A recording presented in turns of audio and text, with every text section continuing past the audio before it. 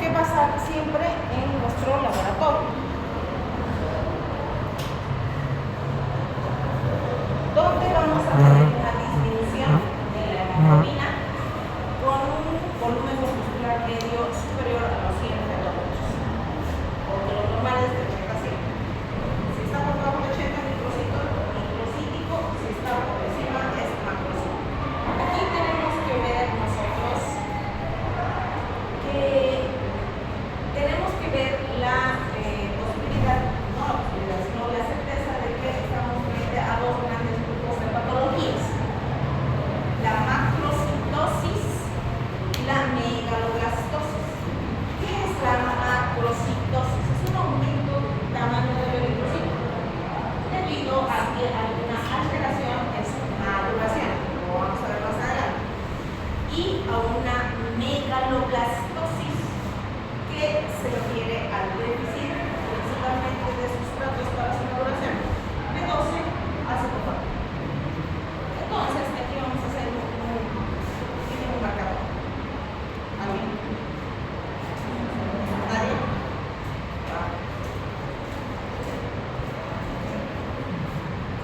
Está muy chiquito, mira, porque eso sí te...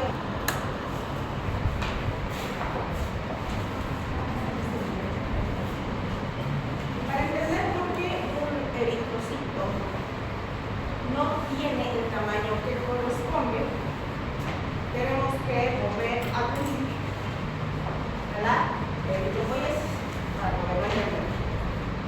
Entonces, mi primera célula de la línea eritroide se llama, ¿cómo se llama?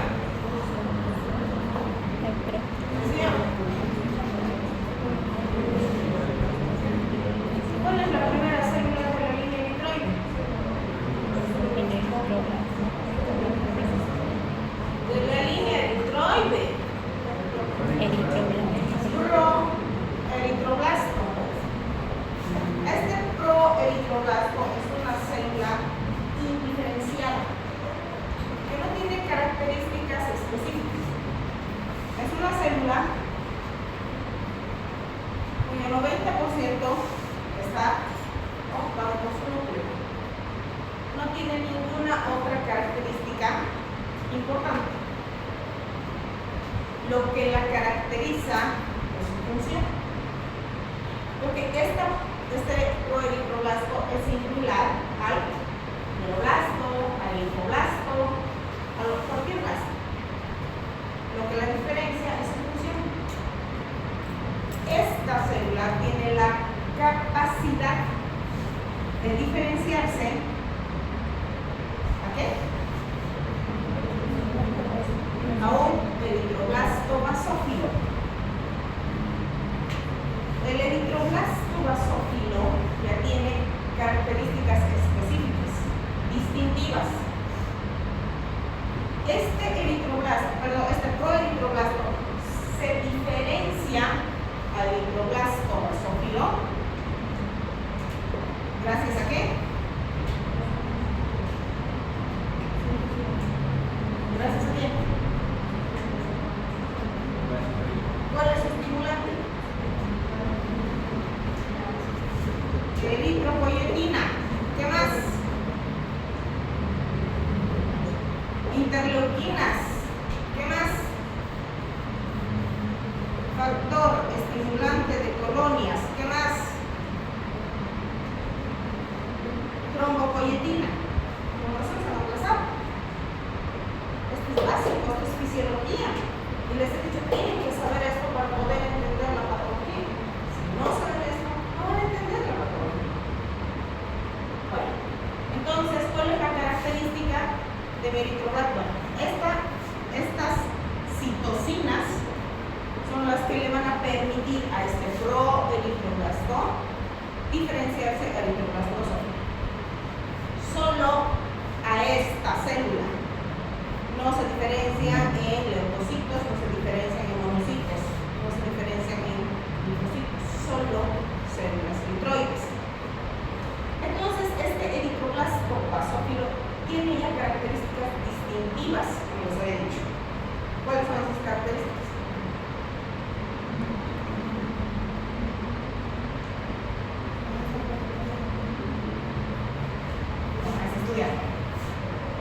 tienen receptores de superficie o expresan receptores de superficie para dos sustancias vitales para su diferenciación.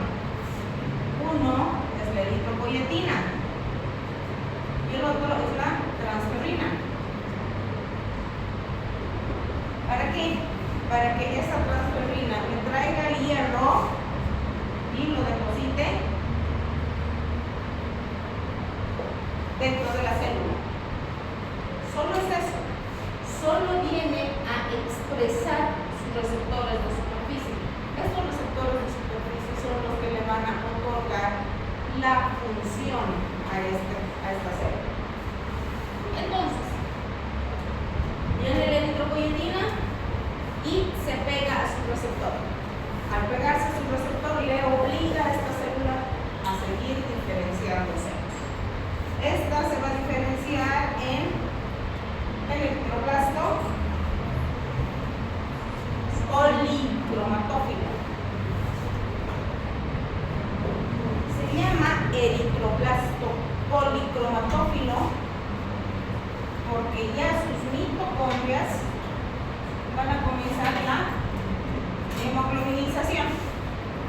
Y es aquí donde se lleva a cabo el 60 a 70% de la hemoglobina.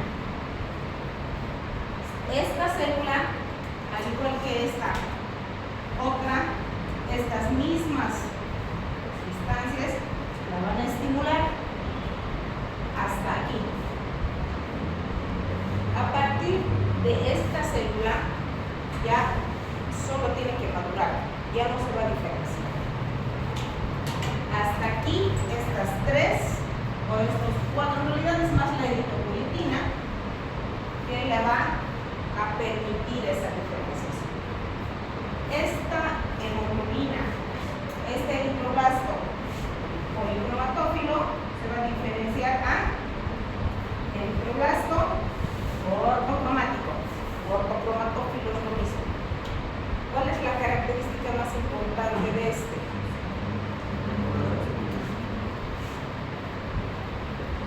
Que va a ingresar la B12 del ácido fólico para terminar de madurar.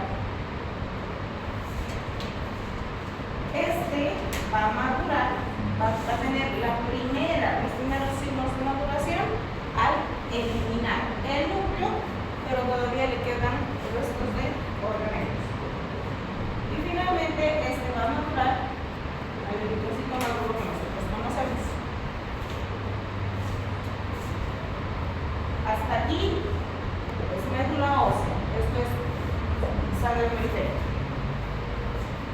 Eso tiene que quedar claro, porque si ustedes no entienden esto, no entienden por qué se llevan a cabo la formación de las semillas. Si este eritroblasto basófilo no presenta los receptores de superficie porque haya una mutación, haya infiltración de un tumor externo, haya una apoptosis acelerada o haya una eritropoiesis ineficaz, no hay formación de linfocitos, por lo tanto, anemia. Si a esta célula no ingresa el hierro, anemia. Si no ingresa el hierro, no hay hemoglobinización. Si durante la formación de hemoglobina la proteína tiene alteraciones estructurales, hemólisis. Si durante la hemoglobinización no se forman cadenas de hemoglobina, talasemias. Si esta cantidad, si en este eritroblasto ortocromático no ingresa la B12, el ácido fólico, anemia.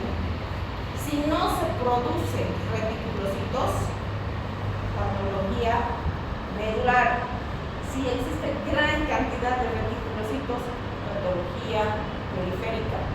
Todas son anemias. Y lo que vamos a ver ahora es la anemia megaloblástica, producto de una alteración a este nivel. ¿Tiene un poquito? ¿Pedacito de café, por favor?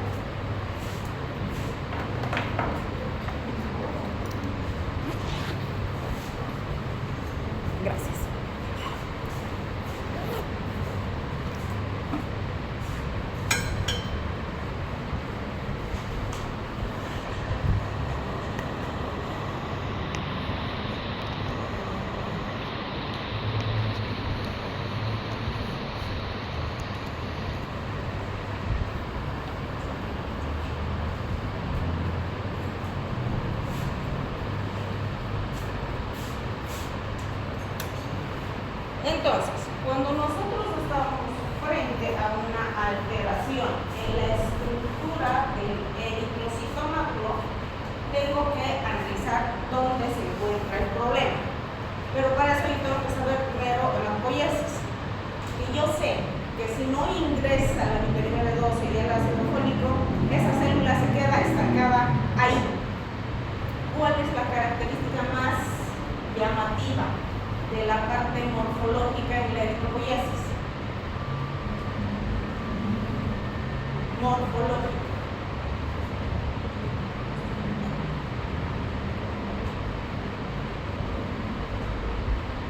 Pérdida del tamaño, se va reduciendo el tamaño de la célula, pérdida del núcleo y va a ir adquiriendo otra división por la formación de hemoglobina.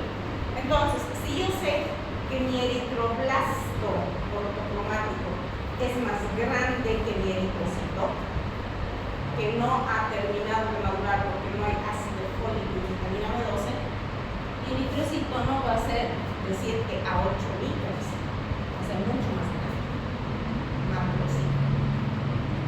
Entonces, ¿qué es lo que yo voy a buscar frente a una anemia?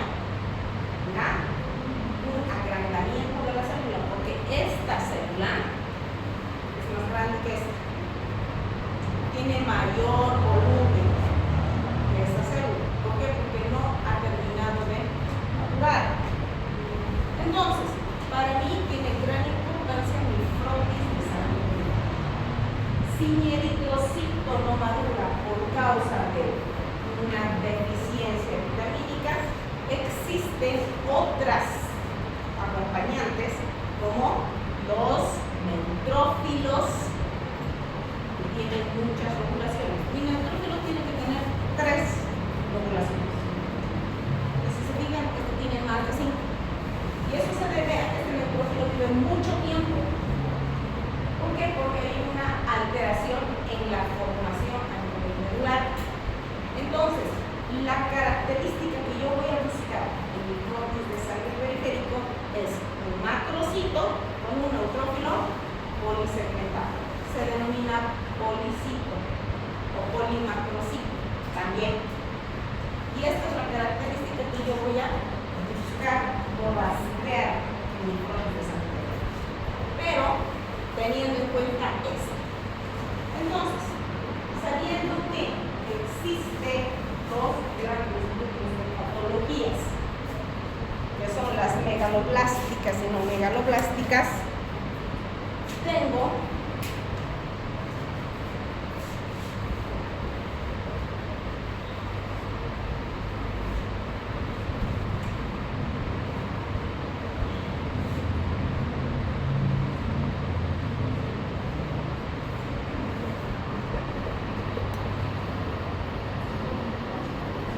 megaloblástica, se refiere a que son volumen corpuscular medio por encima de 100 hectolitros. Y este también tiene un volumen superior a 100 hectolitros. Este es un tip que les voy a dar. Tan solo con ver mi volumen corpuscular medio yo puedo determinar si es megaloblástica o no. Porque si yo tengo 100, 101, ya es una anemia macrocítica. Estas son macrocíticas las dos. Solamente que aquí la diferencia, la cantidad de volumen incluida en cada una. Si yo tengo 101, ya sé que es una macrocitosis. Pero si yo tengo por encima de 110, ya es una megaloblastosis. Entonces, cuando yo tengo un volumen corpuscular medio por encima de 100 hectolitros, estoy hablando de una megaloblástica. Y esto se lo va a dar su hemograma. Entonces, yo tengo megaloblásticas y no megaloblásticas. Las megaloblásticas se deben a la deficiencia de B12, de ácido fólico y de factor intrínseco. Estas son las 3 causas de una megaloblastosis. cambio, una macrocitosis puede estar dada por una hepatopatía, una nefropatía, un hipo o hipertiroidismo, es decir, una alteración metabólica, o de cualquier otra índole. Pero solamente es de 100 hasta 110 hectolitros. Esa es la no megaloblastia.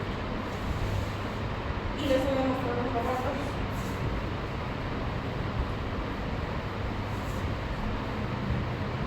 Entonces tienen que quedar claros. ¿Y por qué es una macrocitosis? Porque no ha terminado de madurar.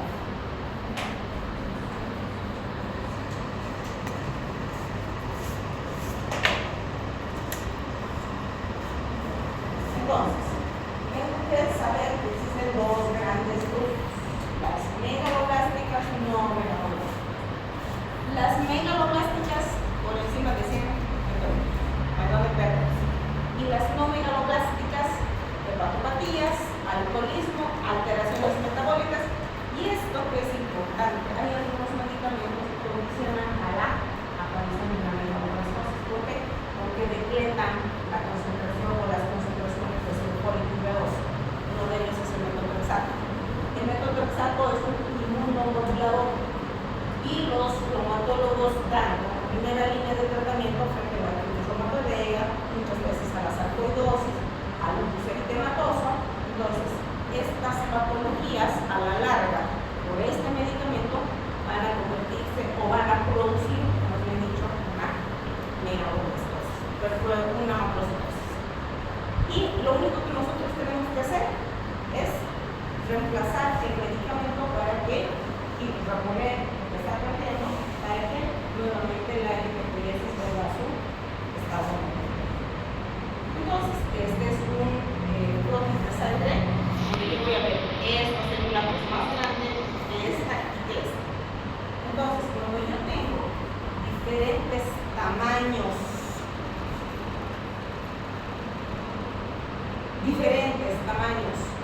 celulares, ¿cómo se llama? Anisocitosis. Y eso va a estar en mi prótesis de sangre periférica. Acá tenemos otras alteraciones. Aquí tenemos un estomatocito, como no hay estomatocitos por acá, aquí hay y ahí están los macrocitos. ¿Cuál era la diferencia además del tamaño? Era el color. Les había dicho que la característica de las anemias megaloblásticas es el hipercromatismo o células hipercromáticas. La Sociedad de Hematología está tratando de retirar ese término de hipercromático y reemplazarlo por la policromasia. ¿Por qué? Porque como son células inmaduras todavía tienen restos de organelos, por lo tanto, tiñen de dos colores, tanto rojo como lila, o azul, o morado, si ustedes quieren. Y eso es lo que le da esa tinción de múltiples colores. Entonces, para nosotros sigue siendo hipercromático, mientras la Sociedad de Hematología no le toma conclusión. Y eso es lo que nosotros buscamos: células que están intensamente teñidas y que tienen ambos colores. Entonces, si yo estoy frente a una anisocitosis más poikinocitosis, tengo que pensar, obviamente con una macrocitosis, tengo que pensar que sea déficit de B12 o de ácido fólico. Existen situaciones en las que va a haber solo déficit de una de las vitaminas, pero también pueden estar las dos en paralelo. ¿Cuándo vamos a sospechar de eso? Ancianos. Los ancianos no tienen dientes, ya no tienen dientes para masticar la carne principalmente, de donde nosotros recibimos la B12 de la proteína animal. Entonces los ancianos ya no mastican carne, de que han hablado muchas veces. Los niños les comen todo lo que tienen es dulce. Son otro grupo etario que sí frecuentemente tienen anemia hematopoiesis. Los vegetarianos estrictos, los veganos, que supuestamente no comen nada animal. Finalmente, las alteraciones que tengamos a nivel del tracto gastrointestinal, porque es ahí donde se absorbe tanto la proteína de los alimentos. Entonces, ¿cómo voy yo a determinar cuál es la causa? Viendo mis formas. Existen también otras circunstancias que van a condicionar a la aparición renal neuroblástico. De causa idiopática, no se sabe cuál es la causa, se cree, está todavía en estudio, que es de una mutación genética, pero todavía no está establecido. Pero sí, hay fármacos que van a condicionar a eso, y esa es nuestra culpa. ¿Por qué? Por no saber medicar al paciente. Uno de los medicamentos más representativos son los inhibidores de la bomba de protones. ¿Qué hacen los inhibidores de la bomba de protones? Producen clorhídrico. Y ustedes saben que es indispensable el ácido clorhídrico en nuestro estómago para procesar los alimentos, porque si no se mantienen ahí, por eso uno se hincha y le dispersa. Entonces, el omeprazol o los inhibidores de la bomba de protones evitan la producción de ácido clorhídrico. Al evitar la producción del ácido clorhídrico, ¿qué es lo que pasa con las células? Se atrofian porque no están funcionando. Entonces, la causa más importante de una falta de la absorción de la vitamina B12 y del ácido fólico es la atrofia gástrica, atrofia de la mucosa gástrica. Entonces, yo he visto, he tenido la oportunidad de ver a una señora que iba a recoger sus medicamentos, dentro de sus medicamentos estaba el omeprazol, todos los meses en el doctor. Y le pregunté por qué toma todos los días omeprazol. Es que el médico que estaba antes a mí me daba todo. ¿Para qué? No sé, es parte de mi arsenal de medicamentos. ¿Y cuánto tiempo está usted consumiendo? 3 años. 3 años, todos los días. Entonces, esta señora a la larga nos ha hecho un estrinoma, que es la consecuencia de la administración prolongada de los inhibidores de la bomba de protones. La colchicina, ¿qué es la colchicina? Para la gota. ¿Qué es la colchicina? Tratamiento para la gota. Para la gota. La colchicina era una sustancia que ha sido generada en laboratorio para detener la división celular, para poder estudiar a la célula. Y durante la administración de esta sustancia se pudo observar que la célula, producto de su metabolismo, produce ácido úrico, producto de su metabolismo. Entonces, como detenía la célula en división, en alguna fase de la división celular, la producción del ácido úrico se detenía y seguía otra vía. Entonces, por eso se la ha comenzado a administrar como un medicamento en la fase aguda del ataque de la gota, es decir, el ataque agudo de gota. Pero esto solamente hace efecto dentro de las primeras 24 horas de instalado el proceso doloroso. Y esta colchicina a la larga produce una depletación de los niveles de metrocefalización. Y finalmente la metformina, que nosotros utilizamos como un normoglicemiante. No es lipoglicemiante, es un medicamento que va a mejorar la acción de la insulina para manejar los niveles de elevados de glucosa. Entonces, estas sí también van a condicionar a la aparición de una metabolización. Entonces, les decía, la vitamina B12 la adquirimos a través de la proteína animal y va a seguir su curso durante todo el tracto gastrointestinal para absorberse en el ilion terminal. Tiene que seguir todo ese curso. Entonces, existen muchas situaciones en las que, mientras atraviesa todo ese camino,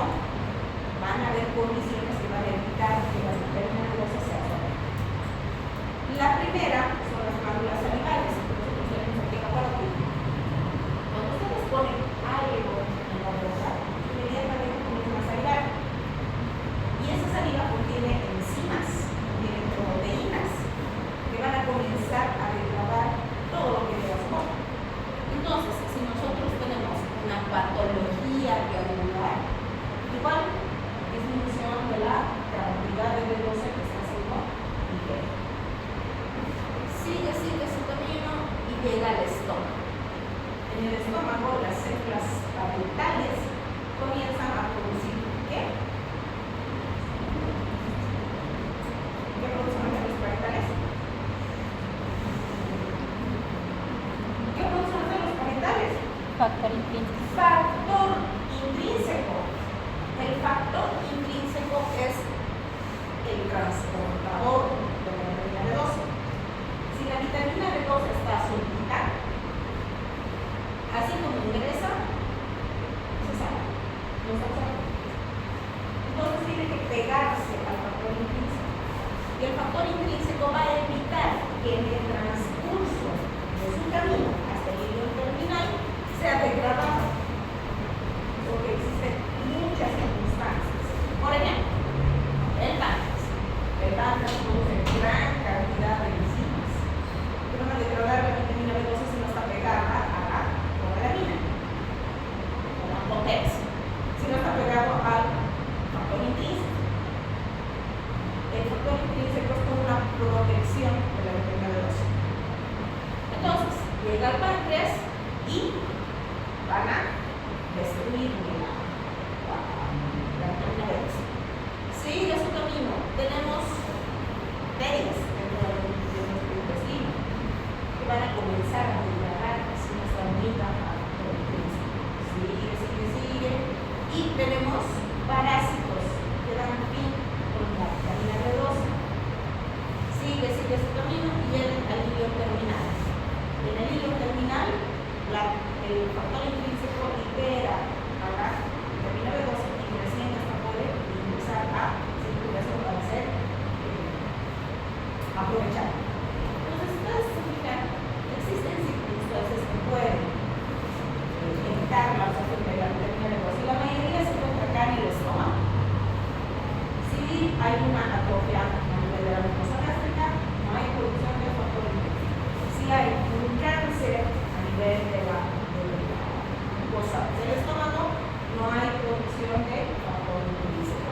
Si hay una úlcera, muchas veces los pacientes tienen que ser gastrectomizados. Ahora lo que está mucho de moda es el bypass para los gorditos. Los bypass evitan la producción de ácido. Por lo tanto, la glucosa cero. Entonces, todas estas circunstancias van a condicionar la prevención de una carencia de vitamina B12. A lo que les quiero decir, nosotros tenemos una muy buena reserva de vitamina B12. Para que comience a aparecer la línea megaloblástica tiene que pasar años. Lo que no sucede con el ácido fólico. El ácido fólico solamente lo podemos tener como reserva meses. Y es por eso que es más frecuente el déficit por ácido fólico que por vitamina B12. ¿Cuál es la característica más importante de un déficit de vitamina B12? Es la neuropatía periférica. ¿Por qué? Porque afecta a la parte posterior de la médula, lo que ocasiona paresias, parestesias, adormecimiento, enrojecimiento de las manos y de las plantas de los pies. A eso le llamamos neuropatía periférica. También pueden aparecer todo lo que ustedes conocen, típico de la anemia: fatiga, cansancio, adrenalina, tinnitus, cefalea, etc. Todo. Hay un deterioro cognitivo importantísimo. El paciente comienza con amnesias, primero a corto plazo y luego a largo plazo. Puede ocasionar demencia en aquellos pacientes que están predispuestos. Muchas veces el déficit de la vitamina B12 se caracteriza porque el familiar lleva al paciente porque tiene alteración en el comportamiento. Por eso nosotros tenemos que tomar en cuenta los sucesos. El paciente tiene una enfermedad mental de base, tiene déficit de vitamina B12. Tiene que tenerlo muy bien. Luego, depresión. El paciente que tiene tendencia a la depresión puede llegar incluso a suicidio. Hipotiroidismo. Ya les había dicho, cuando ustedes están frente a una anemia, lo primero que tienen que hacer es pedir su perfil de tiroides. Tienen que que ver TSH, T3, T4. ¿Por qué? Esas tres hormonas necesitan hierro para su formación, para su producción. No hay hierro, no hay producción de la línea tiroide igual a negro. Entonces tienen que pedir el perfil tiroideo para hacer diagnóstico diferencial. Y finalmente la infertilidad. Pero lo más típico, lo más característico es la parte neurológica, la neuropatía periférica y alteraciones lactosas. Entonces, ¿cómo voy a hacer mi diagnóstico? Primero, tengo que tener un hemograma que me diga que tiene una disminución de la concentración de hemoglobina, igual a anemia. Esta anemia viene con sus índices hematométricos elevados. Y yo tengo que buscar mi neutrófilo o policitos, que es un neutrófilo multisegmentado o un macropolicito. Y mi diferencia de tamaños en mis células, anisocitosis. Eso va a estar donde, en qué parte del hemograma, en observaciones. Ahí les van a poner anisocitosis. Entonces, cuando yo estoy frente a esas dos situaciones, es decir, mi neutrófilo presentado, más mi macro o monocito o mi macrocito, si ustedes quieren, tengo que pensar en solicitar tamizaje de vitamina B12 y hacia abajo. Y aquí tengo que tener mucho cuidado. Les había dicho que las más de las veces es un déficit de ácido fólico más que una vitamina B12. Entonces, cuando yo pido el tamizaje de ambos, a veces mi laboratorio me va a decir su vitamina B12 está dentro de parámetros, pero en el nivel más bajo. Ya, ¿tiene o no tiene déficit de vitamina B12? Eso me obliga a mí a hacer prueba de Schilling. Prueba de Schilling es un dolor de cabeza. Hay que dar vitamina B12 y oral, y hay que administrar intramuscular, y hay que hacer orinar al paciente. Y en esa orina voy a buscar mi ácido metilmalónico. Si mi ácido metilmalónico está elevado, hay un déficit de vitamina B12. Si mi metilmalónico está normal, es déficit solo de ácido fólico. Tengan mucho cuidado con esa parte. Repito, si mi vitamina B12 me reporta normal, pero niveles más bajos, tengo la obligación de pedir ácido metilmalónico. Para eso tengo que hacerle la prueba de Schilling. Solo así voy a saber. ¿Qué es el ácido metilmalónico? Es producto de la metabolización de la metionina, que es un metabolito.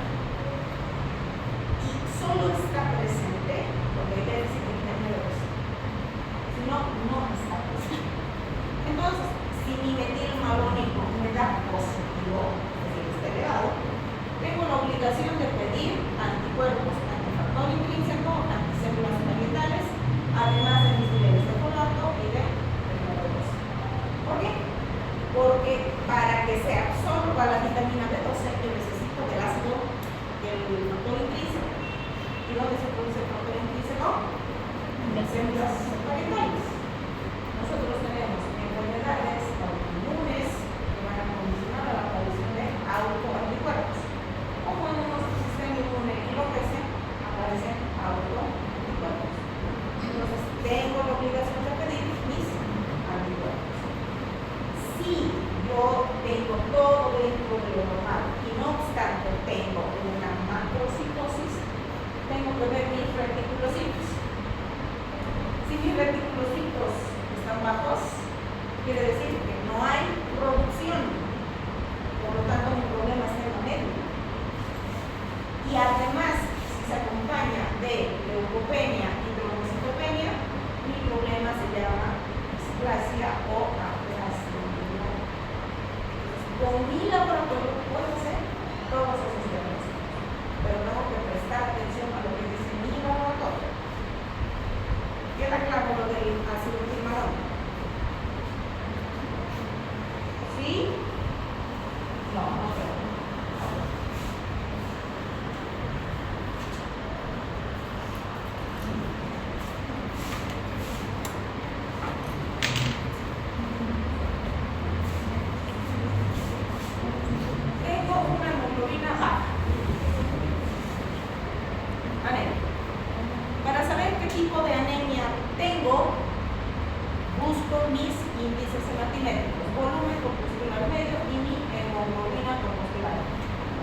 Si yo sé que mis índices hematimétricos normales son 80 a 100 litros y mi hemoglobina corpuscular medio de 36 a 32 picogramos, estoy frente a un normocito. Entonces, si está por encima de 100, es un macrocito. Espera acá. Entonces, si yo tengo una macrocitosis, inmediatamente tengo que pensar en dos situaciones. En una megaloblastosis o no megaloblastosis. O lo que es lo mismo, macrocitosis. Es exactamente lo mismo. ¿Cuál es la diferencia? Aquí es de 100 a 110 hectolitros. Y por aquí es por encima de 100 hectolitros. No hay dónde perderse con eso. Ya estoy escogiendo a mis patologías. Si estoy frente a una no megaloblastosis, lo primero que tengo que pensar es una hepatopatía, una nefropatía o una alteración metabólica. Para esto, yo tengo que hacer mi diagnóstico diferencial con mi química sanguínea. Ya vamos a hablar sobre eso. Pero si yo estoy frente a una megaloblastosis, lo que tengo que pensar es que hay deficiencia de ácido fólico, de vitamina B12 o de factor intrínseco. Entonces, si yo estoy frente a una megaloblastosis, voy a fijar en esto, que es déficit de vitaminas. Para eso, yo tengo que pedir vitamizaje de vitamina B12. Así yo tengo que saber cuáles son los valores normales. Esto depende del reactivo y depende del laboratorio. Algunos, la mayoría, microgramos de decilitro. Algunos la catalogan como unidades internacionales. Depende del laboratorio. Tienen ustedes los valores de referencia en su laboratorio. Entonces, si yo tengo mi B12 en 100, esto está dentro de lo normal, ¿no? ¿Sí? Sí. Y mi ácido fólico está en 5 microgramos. Y mi laboratorio dice que está en 3. Está bajo. Entonces tengo un déficit de ácido fólico. Pero ¿qué hago con mi vitamina B12? La dejo ahí en 100 y digo está normal. ¿Por qué está con una megaloblastosis? Para eso yo tengo que recurrir a mi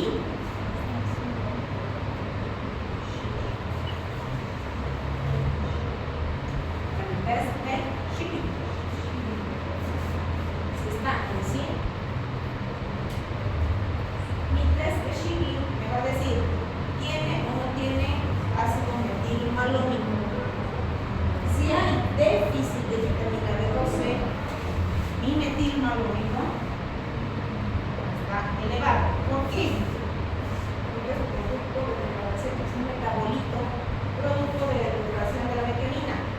Y eso es enteramente por déficit de vitamina B12.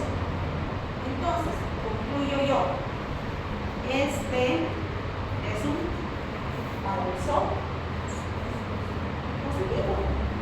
Entonces hay déficit de vitamina B12 más déficit de ácido fólico. Entonces tengo que reponer los dos. Pero yo tengo que estar segura de eso. ¿Por qué? Porque si yo tengo déficit solamente de ácido fólico y le administro a este paciente B12, voy a empeorar su patología neurológica. Entonces tengo que hacer mi diagnóstico diferencial sí o sí. Pero si mi ácido fólico, si mi vitamina B12 está en 150, yo sé que no es déficit de vitamina B12, solamente es ácido fólico. Y le propongo su ácido fólico para el total. ¿Entendió? Nivel normal, Si está por debajo de 70, 80, 90, es déficit de glucosa, no puede perderse. Entonces es un déficit mixto y le puedo dar a ambos. No hay ningún problema. ¿Queda claro?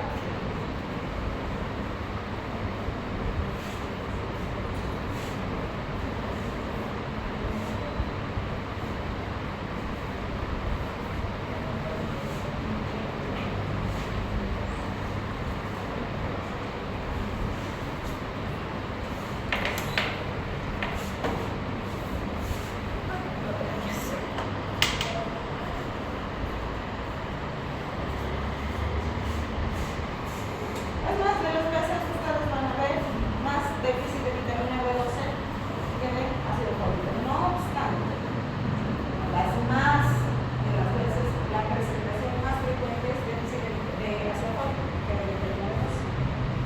¿Por qué? Porque nosotros damos a todos los pacientes que tienen una menor exposición a ácido fólico y no pasa. Lo mismo sucede con el ácido fólico. Con el ácido fólico. El ácido fólico es una sustancia que es indispensable para la vida de toda célula. Todas las células, absolutamente todas, necesitan de ácido fólico para vivir. Sin ácido fólico no vivimos. Y el ácido fólico lo generamos nosotros en el organismo. ¿Producto de qué? De la unión del PABA con la peridina. ¿Qué es el PABA? ¿Qué es?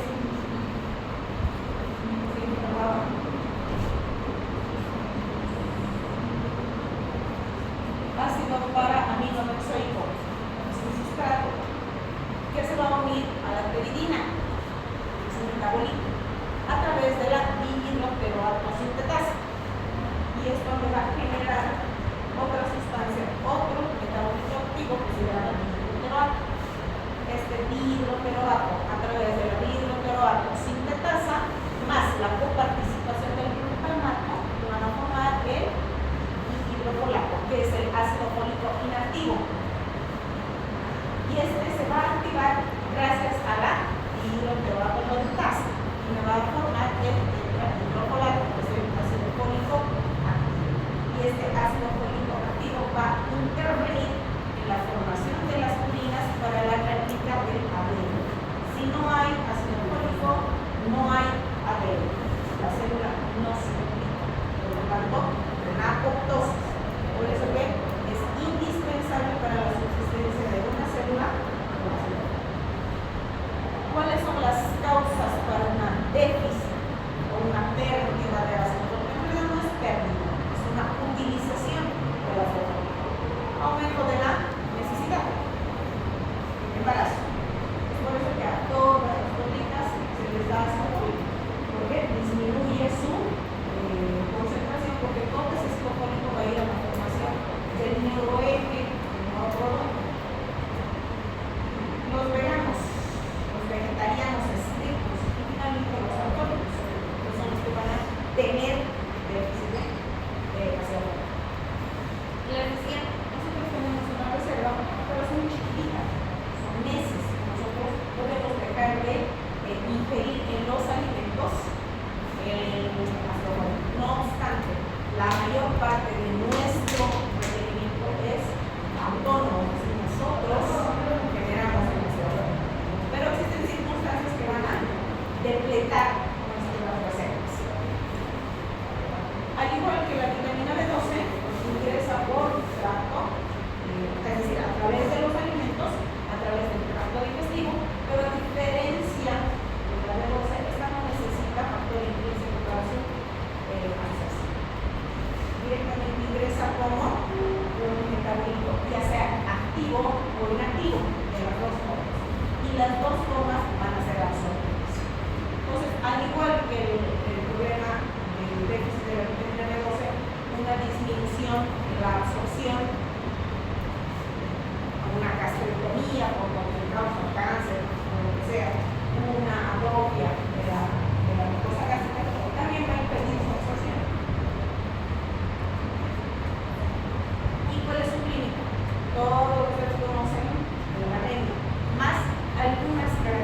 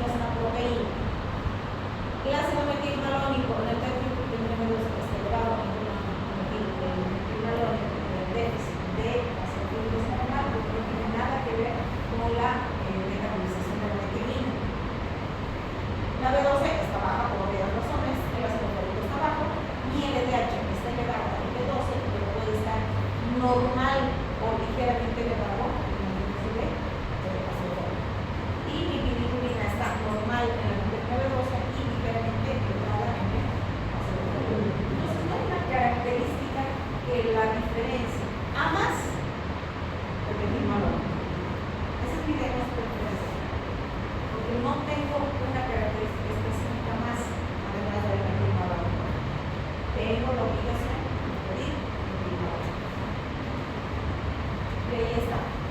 Un laboratorio en el que ustedes tienen que analizar lo que están observando. Primero, ¿qué es lo que vamos a ver? ¿Qué vamos a ver? Vamos a ver. Hemoglobina. ¿Qué vamos a analizar aquí? Hemoglobina. Hemoglobina es lo primero que tienen que analizar. Hemoglobina. ¿Qué dice aquí? 12.2. No es 12.2.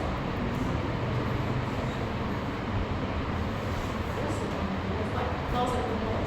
Este paciente no tiene una hemoglobina baja, pero tiene un volumen muscular mayor, es el primero. ¿Por qué será? ¿A qué se debe?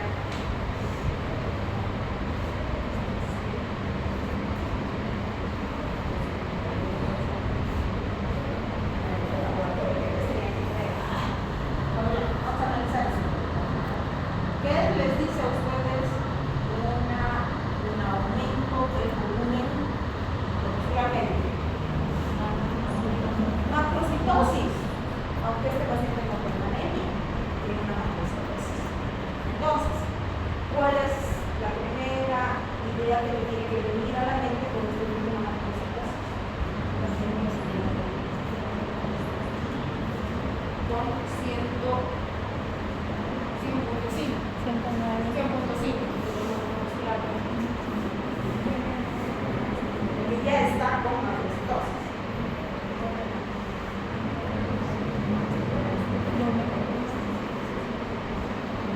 ¿Qué le dice eso? No me da. No es mucho. Es otra. Anemia no me da.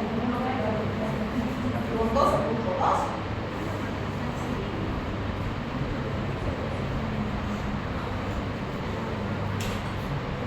¿Qué tienen que buscar en este paciente? Difícil no es. ¿Qué tienen que buscar en este paciente? Cuando están ustedes, o lo van a dejar así. No tiene nada. Le darán antibióticos, a ver cómo nos va. ¿Qué le van a hacer a este paciente? O lo van a dejar así.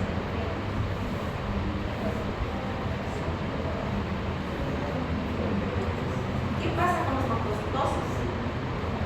¿Qué tienen las macrocitosis? ¿Qué tengo que buscar en este paciente? Hepatopatía, nefropatía, alteración metabólica. Para eso tengo mi química sanguínea. Tengo que pedir perfil tiroideo. Tengo que pedir función hepática. Tengo que pedir función renal. O lo voy a dejar así. Si mi química sanguínea está normal, ¿qué tengo que pedir? ¿Qué tengo que pedir? Endoscopía.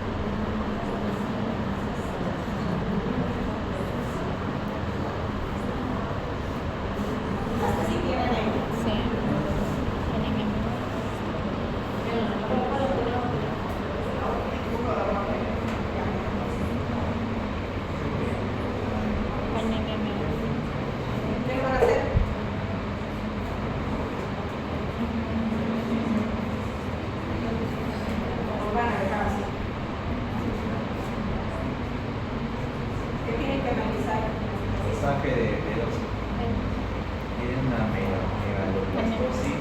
Tiene una megaloblastosis. ¿Qué más? Se pide los AGP12. B12 hace el folio. ¿Pero qué más tienen que analizar en este laboratorio? Presencia de policitos. ¿Dónde tiene que salir eso?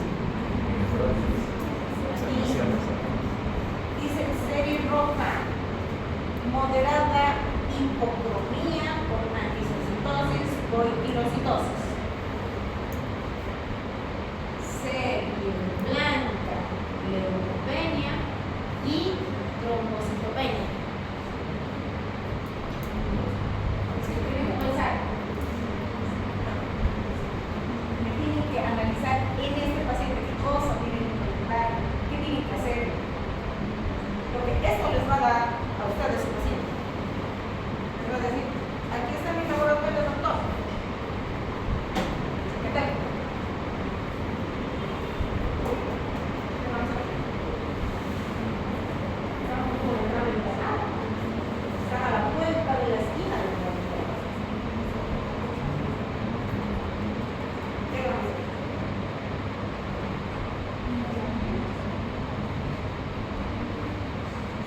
Él dice vitamina B12 hace el gol. Está perfecto. Tienen que pedirle B12.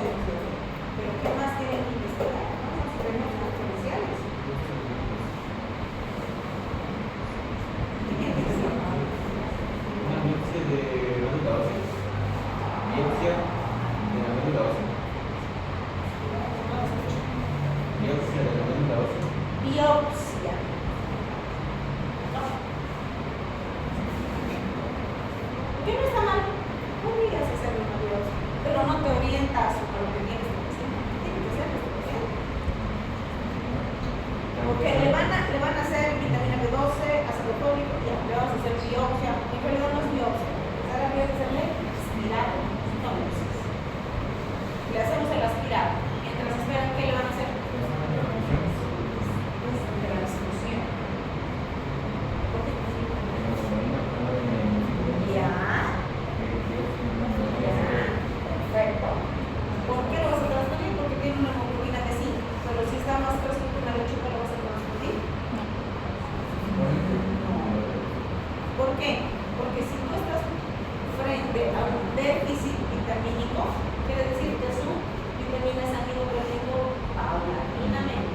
No ha sido una pérdida abrupta.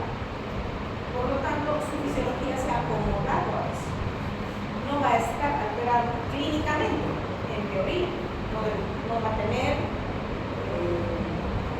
disnea, no va a tener ortopnea, no va a tener apnea, taquicardia.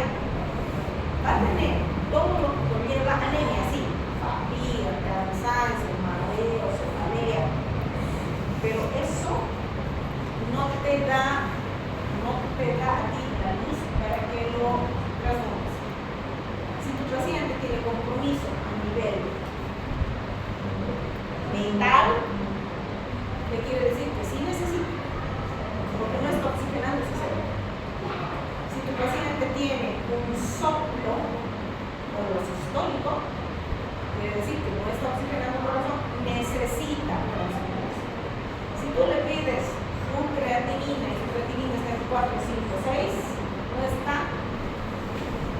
su riñón no está oxigenado, por lo tanto está en fracaso renal, sí tienen que transfundir. Pero si su creatinina está en 1.2, hidratándose el paciente soluciona el problema, no lo tienen que transfundir. Pero eso vamos a hablar cuando veamos transfusiones aquí. No está mal, está perfecto. Tu idea es buena, pero ¿vamos a mi lista? ¿Han hecho mi lista? Sí. ¿Asistencia? Ahí. ¿Estás en la lista? Sí. Pongan todo porque esto no está. Entonces, yo tengo que considerar a mi paciente, no está mal, porque le he dicho, sí, se puede transfundir, pero tengo que tener circunstancias para transfundir. En este momento, suponiendo que el paciente no tiene clínica, no lo voy a transfundir. Si tiene clínica, sí lo voy a transfundir. Entonces, ¿qué es lo que yo tengo que averiguar en este paciente? Lo que he dicho. Alteraciones cognitivas. Si mi paciente tiene alteración cognitiva, quiere decir que no hay oxigenación.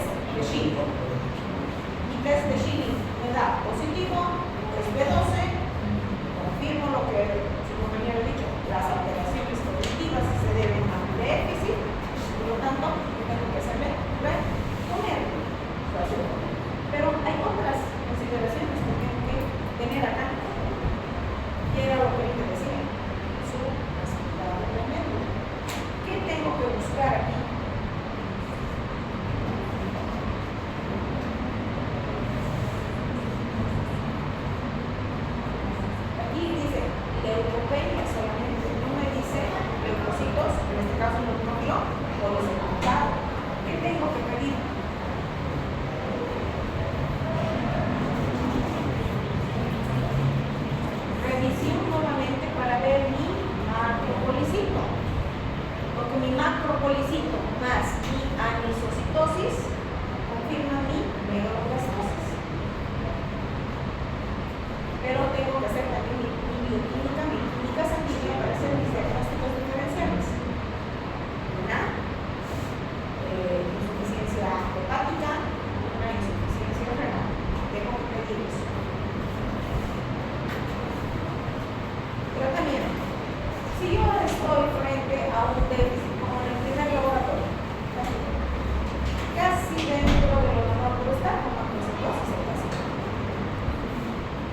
Si yo estoy frente a eso, quiere decir que mi déficit es muy bajo, está comenzando el déficit. Por lo tanto, yo con reponerle entre 50 y 100 miligramos día de vitamina B12 soluciona el problema. Pero si estoy frente a un cuadro así, para mí el tratamiento es más agresivo. Y tengo que darle el protocolo que está establecido por la OMS desde hace bastantes años. B12 intramuscular cada día la primera semana. Luego, una vez a la semana, durante un mes y finalmente cada 3 meses, hasta que el señor se muera o la señora se muera. Eso es definitivo. En paralelo, tengo que pedir endoscopía. Es un diagnóstico diferencial que yo tengo que hacer. En cambio, mi ácido fólico es más cortito. El tratamiento es pequeñito y de poco tiempo. Con darle 5 miligramos por 4 meses, me lo pongo sus depósitos. Porque el objetivo es reponer depósitos. Y salvo que sea una mujer embarazada, ahí sí yo tengo que ver si su requerimiento es mayor, que puedo dar incluso hasta 10 miligramos. Y lo importante, por eso se lo he puesto, el déficit de folato es más frecuente que el de vitamina B12, cierto. Pero si yo le doy folato a un déficit de vitamina B12, mi neurología va a estar perfecta. La voy a ignorar. Por eso tengo que hacer mi diagnóstico diferencial. ¿Cómo? Con el ácido A metilmalónico. través del metilmalónico. Tengo que buscar mi metilmalónico. Por eso, cuando tengo mi vitamina B12 en el límite bajo, es obligatorio pedir test de Schimmel. Finalmente, mi anemia perniciosa. La anemia perniciosa se debe al déficit de autolimpieza. Hay una mala absorción de la vitamina B12 porque no hay producción de autolimpieza. Normalmente es de origen adquirido, pero hay uno que es autosómico recesivo, que es de origen congénito, que es una carencia netamente en la formación de autolimpieza. Esta generalmente se asocia a una atrofia gástrica con pérdida de la producción de anticuerpos. Ya les había dicho, una de las características es la toma a larga data de los inhibidores de la bomba de protones. Es por eso que, así como cualquier fármaco, la bomba de protones tiene periodos de tratamiento. Hay que darlo por 14 días, no más. Y hay que descansar 10 días. Pueden darle otros 14 días y que descansen 10 días. Si no, va a ir camino a una atrofia gástrica. Lo más característico, la depapilación, lo más característico. Y pues aquí está mi atrofia gástrica, ¿no? Y hay una neovascularización a nivel de la mucosa. Y obviamente también puede tener algunas características neurológicas, principalmente la neuropatía. Cuando yo tengo un déficit de factor intrínseco, tengo que pedir anticuerpos. No hay vuelta de ver. Antifactor intrínseco o anticélulas alentales. Ese me va a dar mi diagnóstico real. Más del 90% de los pacientes con anemia perniciosa tienen anticuerpos anticélulas parentales gástricas positivos y el 50% han desarrollado anticuerpos contra el factor. ¿Y cuál es mi objetivo? Primero, hacer tratamiento específico de la causa. Si estoy frente a una mucosa gástrica atrófica, ya no tengo mucho que hacer porque ya está atrofiada. Entonces tengo que reponer. Existe factor intrínseco sintético. Carísimo, no existe. Entonces, si el paciente puede recurrir, le doy el factor intrínseco. Si no, repongo mi vitamina B12. Tengo que corregir mi deficiencia.